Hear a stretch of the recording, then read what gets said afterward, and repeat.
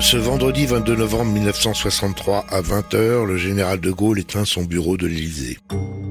Le secrétaire général de la présidence de la République vient à sa rencontre et lui annonce: on a tiré sur le président Kennedy.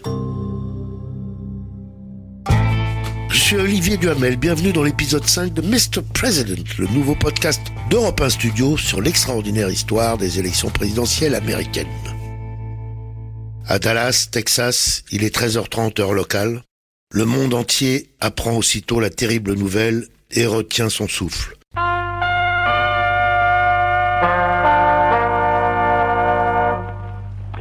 Le président Kennedy vient de recevoir les derniers sacrements. Il a subi plusieurs transfusions de sang. Il est dans un état très critique. On essaye de le maintenir en vie, vient de déclarer un médecin de l'hôpital de Dallas, au Texas. John Kennedy se trouvait à Dallas. Il se rendait à un déjeuner offert en son honneur par le Conseil des citoyens de la ville. Il était à bord d'une voiture découverte. À côté de lui, le gouverneur du Texas, M. Connolly, et sa femme, Jacqueline Kennedy. Le cortège traversait un quartier de la ville entre une double haie de spectateurs. Soudain, un coup de feu, puis encore un autre. Le président Kennedy a porté les mains à sa tête et il s'est écroulé contre l'épaule de sa femme qui a crié « Oh non, ce n'est pas possible ». Pour le moment, on ne possède aucune indication sur l'identité de l'auteur ou des auteurs de cet attentat. De Gaulle décide de mettre en berne les drapeaux sur tous nos édifices publics. Et ce pendant 4 jours. Et pas seulement le jour de l'enterrement comme le voulait le protocole. Éric Brancard raconte dans son livre De Gaulle et les Grands, paru chez Perrin début 2020, qu'à la fin du Conseil des ministres tenu 5 jours après l'assassinat, De Gaulle a lâché. Ce qui est arrivé à Kennedy, c'est ce qui a failli m'arriver. Son histoire, c'est la mienne. Les États-Unis sont en état de choc. Écoutez le reportage de Philippe Labro de François pour Europe 1, le 10 novembre 1960. J'ai appris, comme tous les Américains, par la radio, l'annonce de l'assassinat du président. J'étais à ce moment-là sur la pelouse d'une grande université américaine en train de bavarder avec des étudiants. L'un d'eux est arrivé, il tenait un transistor à la main, il pleurait, il sanglotait, il m'a dit « Vous avez entendu, il est mort ». Je ne savais pas de quoi il parlait, mais j'ai vite compris. Tous les bureaux, tous les magasins ont fermé unanimement. Les gens sont partis chez eux. On a l'impression qu'il y a eu, à l'annonce de cette nouvelle tragique, comme un immense mouvement vers le foyer, vers la famille, comme si les gens voulaient se regrouper, comme si les Américains ne voulaient pas se sentir seuls et voulaient partager en famille, avec la maman, avec les enfants, avec les grands-parents, avec quelqu'un, partager cette nouvelle qu'ils n'arrivent toujours pas à croire en ce moment même.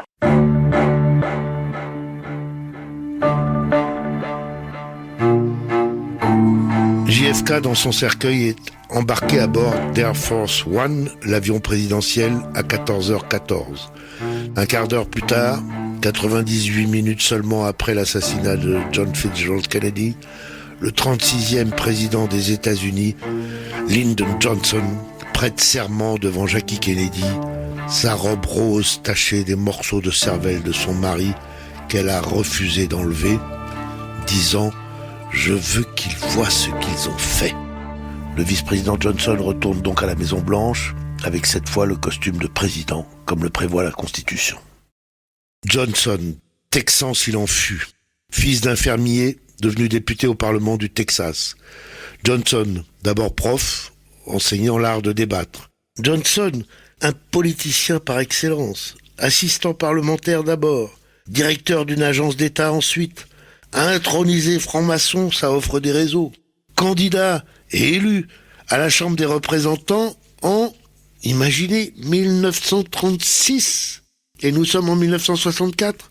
Puis élu sénateur lors de sa seconde tentative en 1948. Les débuts de Johnson à la Maison-Blanche se passent bien, hors les grincements constants avec Robert Kennedy, toujours ministre de la Justice, et avec les conseillers de John Kennedy, encore en poste. Robert Kennedy, fils de son père Joseph, Robert Kennedy, né en 1925, petit frère de son grand frère John, qui était lui né en 1917, ancien de Harvard comme lui, Robert surnommé Bob ou Bobby, tout au service de John, aussi beau gosse, presque aussi coureur, amant de Marilyn Monroe et supposé de Jane Mansfield et de Kim Novak, Bob est cependant tout à la fois plus réservé et plus idéaliste que son frère.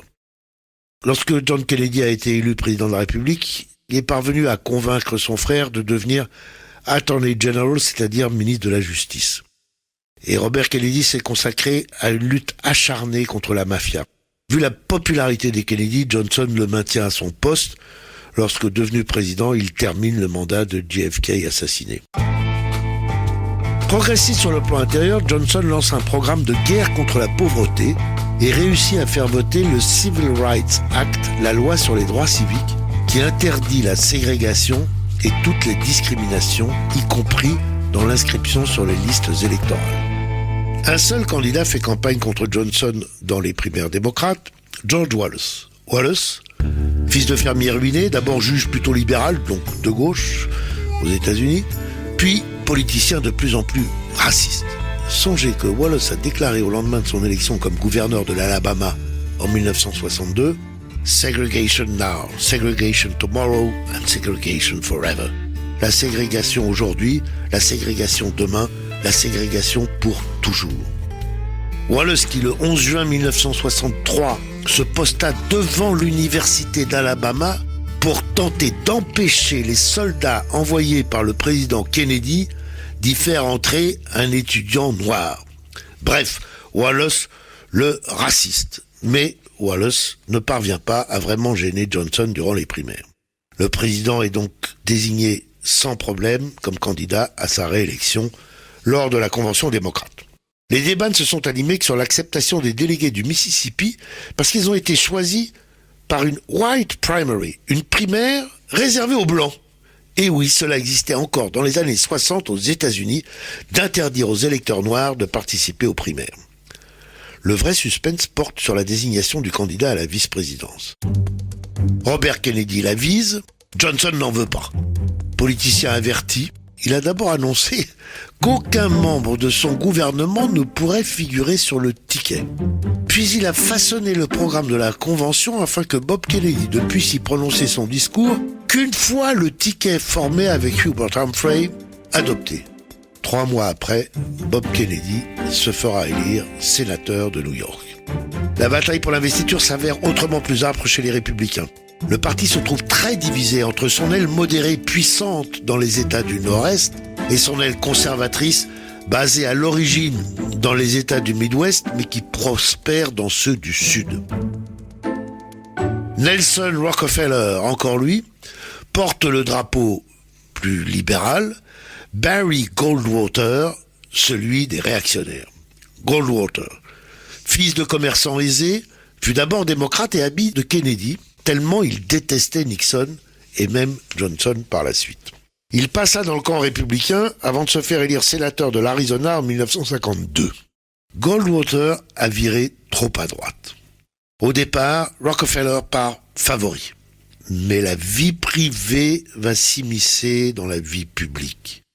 En 1963, 2 ans après avoir divorcé, Rockefeller épouse Margaretha Happy Murphy, de 18 ans plus jeune que lui. Pire, elle vient de divorcer, laissant ses 4 enfants à la garde de leur père. Rockefeller est traité de wife stealer, voleur d'épouses.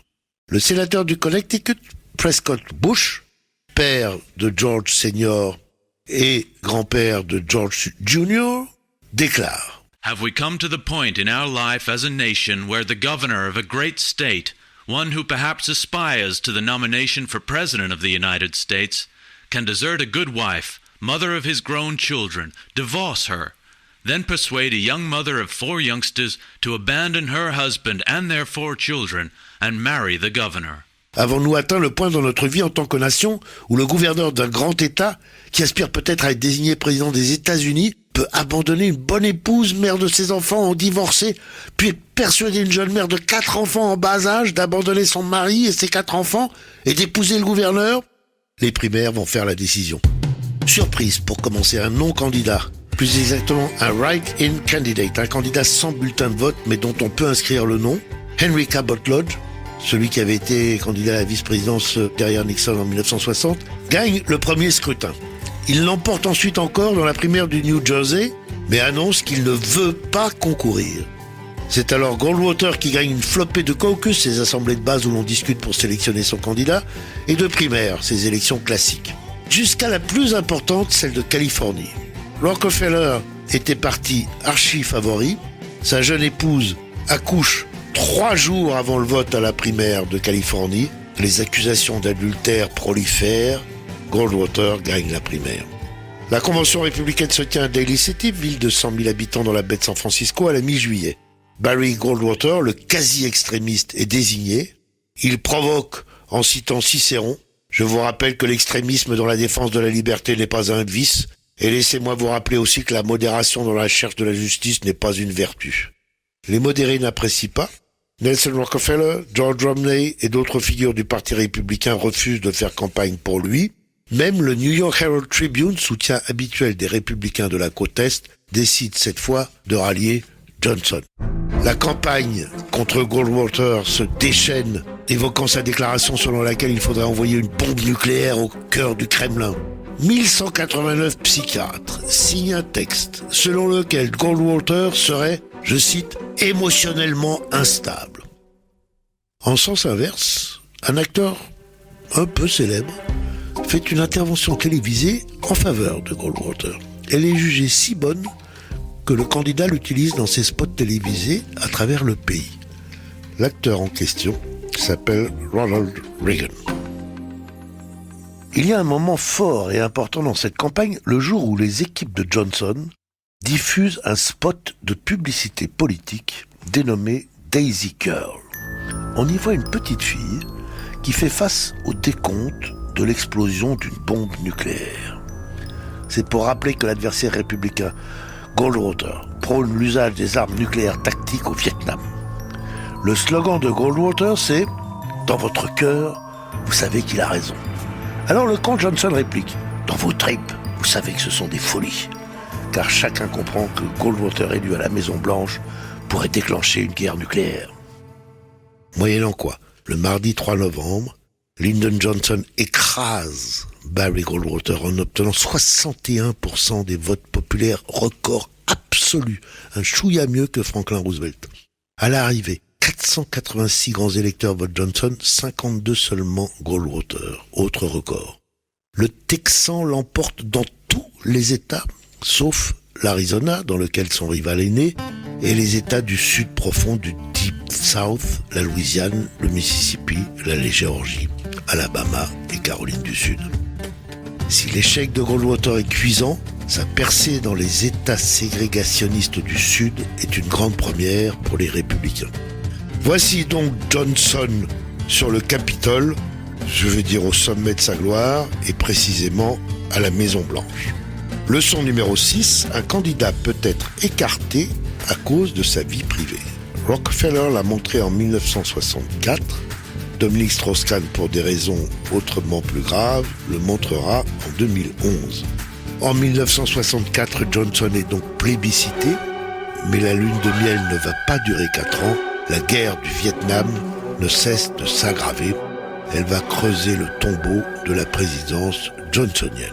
C'est l'objet du prochain épisode.